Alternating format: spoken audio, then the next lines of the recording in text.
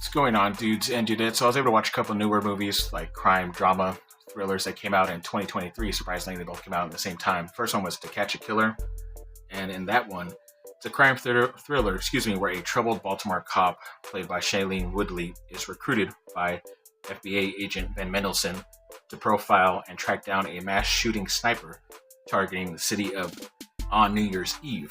And basically, the film follows their often hindered hunt for the recluse killer. That's basically how it ended up happening.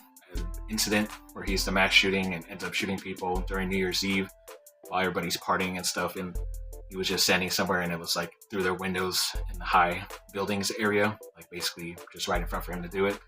And every time they got close, something ended up happening. I think this movie was like about 10 to 15 minutes too long than it should have been. And kind of like the conclusion of it, once you find out, everything was kind of like happened too quickly, I think, and then sometimes it just dragged on too. So either way, if you want it, if you're really into crime dramas, you would probably like it, but it just wasn't my cup of tea. And the next movie we watched recently was, I think it was called Boston Strangler. Yeah, it's inspired by a true story, starring Keira Knightley and Chris Cooper as well. And that one pretty much follows, it's a crime drama focusing on the reporters who broke the story, not just the killer. That's what basically the movie is about. It follows Loretta McLaughlin and Jean Cole, who uncover the link between the murders of 13 women in the 1960s Boston. They navigate rampant sexism and police apathy to expose the truth.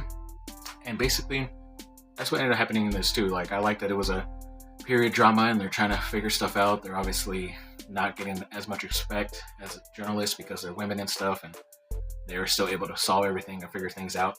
These two women, which was great to see, but like the last movie, I think this one was a bit like 10, 15 minutes too long. And then by the time you got to everything, it kind of just was like rushed through or not explained too much in the end. So I kind of wish they would have done that better. Both of these were actually on Hulu, so if you have a subscription, you can watch it. But yeah, I think there's a reason why they were just streaming on there. But like I said, if you're into those crime mystery dramas, then you'll probably like both of these movies.